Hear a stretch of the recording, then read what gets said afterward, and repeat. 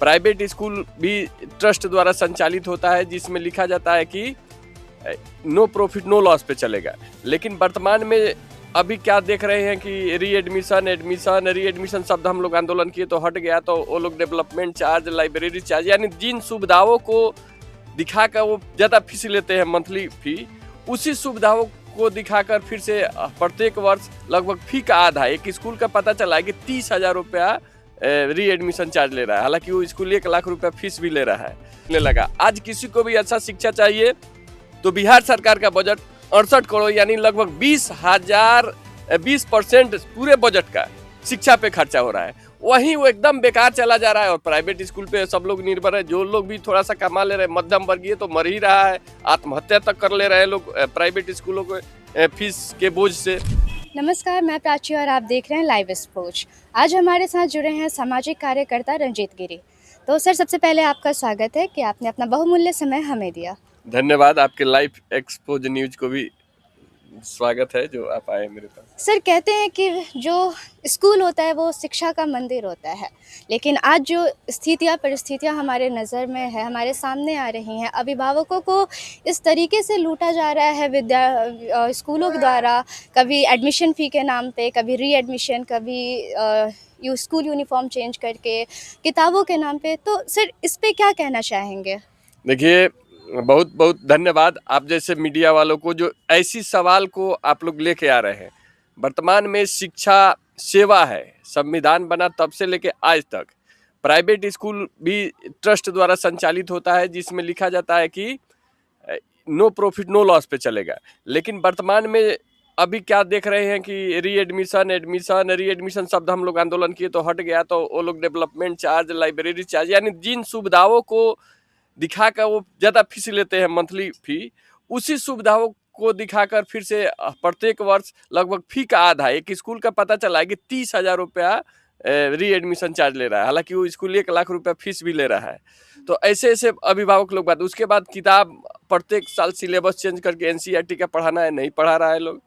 उसके साथ ही ड्रेस, हर चीज़, ड्रेस भी चल जा रहा है यहाँ का, मान लीजिए यहाँ के लोकल लोगों से नहीं ले रहा है लोग। बहुत सारे स्कूल है जो दिल्ली, गाजियाबाद या कहीं से भी वो यूनिफॉर्म वहीं से डायरेक्ट ला रहे हैं लोग, तो किताब भी बाहर से ला रहा है लोग। तो इसमें क्या हो रहा है कि यहाँ का पैसा उठ के बाहर चला जा रहा है और चंद लोगों के पास आ रहा है। उसको लेके हम लोग जिलाधिकारी से मिले हैं, जिलाधिकारी ने भी स्वतः संज्ञान लेके पहले उसने कुछ आदेश जारी किए थे जिसमें से कुछ छूट गया था।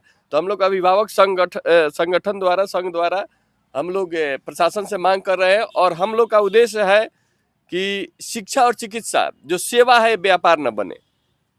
लेकिन आज के इस दौर में शिक्षा और चिकित्सा दोनों ही व्यापार बन चुका है। जो सरकारी स्कूल है, सरकारी विद्यालय है, उसकी स्थिति बद से बदतर है।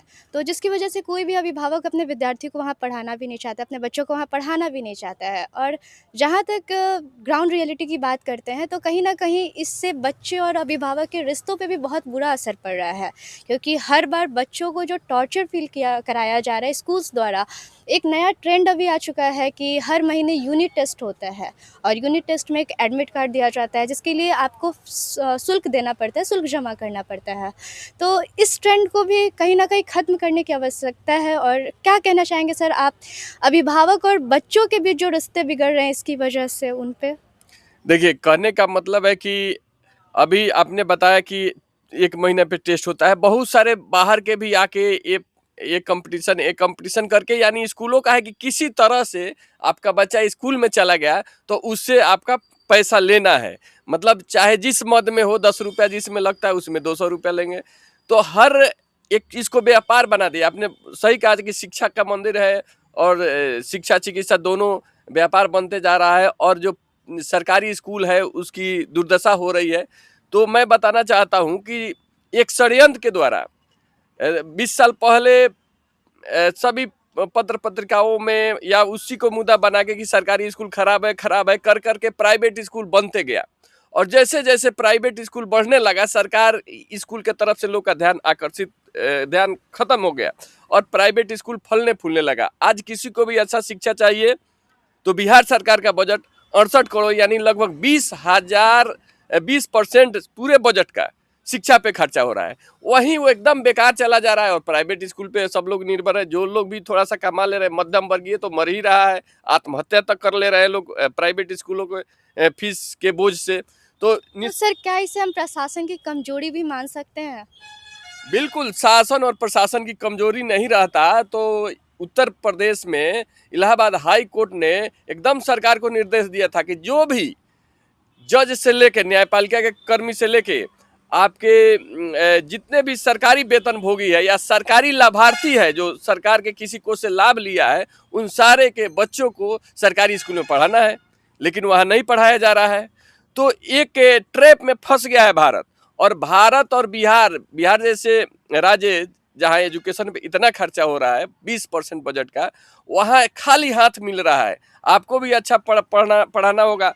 और रही बात सरकारी प्राइवेट स्कूल आने से शिक्षा व्यवस्था नहीं सुधरा है। नीट का जो रिजल्ट है इस साल, नीट पीजी का रिजल्ट बता दिया है कि इन लोगों की प्राइवेट स्कूल जैसे जैसे बड़ा है शिक्षा का स्तर वैसे वैसे गिरा है।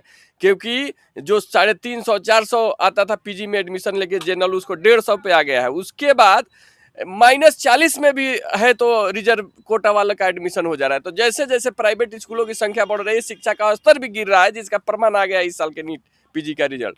तो हम लोग सरकार से भी मांग करने वाले, अखिल भारतीय अभिभावक संघ है, ये बच्चों को नहीं लड़ने देगा रोड पे। अभिभावक लोग लड़ेंगे, बच्चों के लिए लड़ेंगे। और समान शिक्षा नीति देश में सबसे पहले हम लोग का है कि देश में लागू हो। जब तक लागू नहीं हो जाता तब तक ये प्राइवेट स्कूल है, इसको व्यापार नहीं बनने देना है। हम लोग प्राइवेट स्कूल में जैसे भी जो भी राइट टू एजुकेशन के अंदर 25% बच्चों को निःशुल्क पढ़ाना है।